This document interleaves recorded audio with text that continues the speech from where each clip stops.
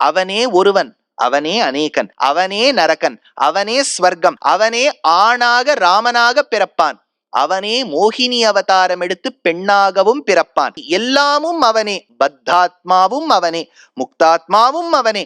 யதா சுக்லோ பவதி, சில சமயங்கள்ல விழுவிளேர் நிற்பர், ததா கிருஷ்ணோ பவதி.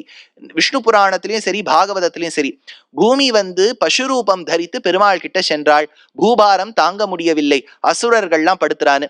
பெருமாள் என்ன பண்ணார், தன்னுடைய கேசத்தை எடுத்தார், தூக்கி போட்டார். ஒன்னு வெள்ளை முடி, ஒன்னு கருப்பு முடி. அதனால பலராமன் கிருஷ்ணர் பிறந்தாருங்கிற சரித்திரம் பாகவதத்துல அண்ணா சொல்லி நிறைய தடவை நீங்க கேட்டிருப்பேன். சரி, இப்ப விஷயத்துக்கு வருவோம். இப்போ ஒரு குழந்தை கேட்டு, நீங்க தூக்கி போட்டார்னு சொன்னேளே, அதுல வெள்ளை முடி இருந்ததா சொல்றேளே, பெருமாளுக்கு வெள்ளை முடி இருக்கா? நம்ம அவரை ரொம்ப யுவான்னு சொல்லிட்டு இருக்கோம், எவர் யங் அப்படின்னு சொல்லிட்டு இருக்கோம். அவருக்கு எங்க சார் வெள்ள முடி வந்ததுன்னா, அதனால கேஷங்கிற வார்த்தைக்கு it doesn't mean only hair. கேஷன ஸ்ரீதரியத்திலையும் விஷ்ணு சித்தியத்திலையும் எடுத்தா the ray of light is called as கேஷ.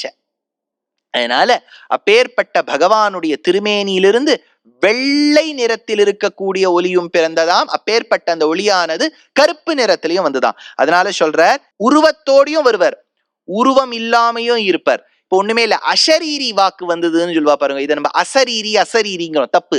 அஷரீரி, ஷரீரம் இல்ல, குரல் மட்டும் கேட்கறது, ஆடியோ மட்டும் இருக்கு, வீடியோ இல்ல. அஷரீரி பவதி, அப்படியான விருத்தமான ஸ்வபாவங்களோடு கூடியவன் பெருமாள். ரெண்டும் அவர்கிட்ட இருக்கா.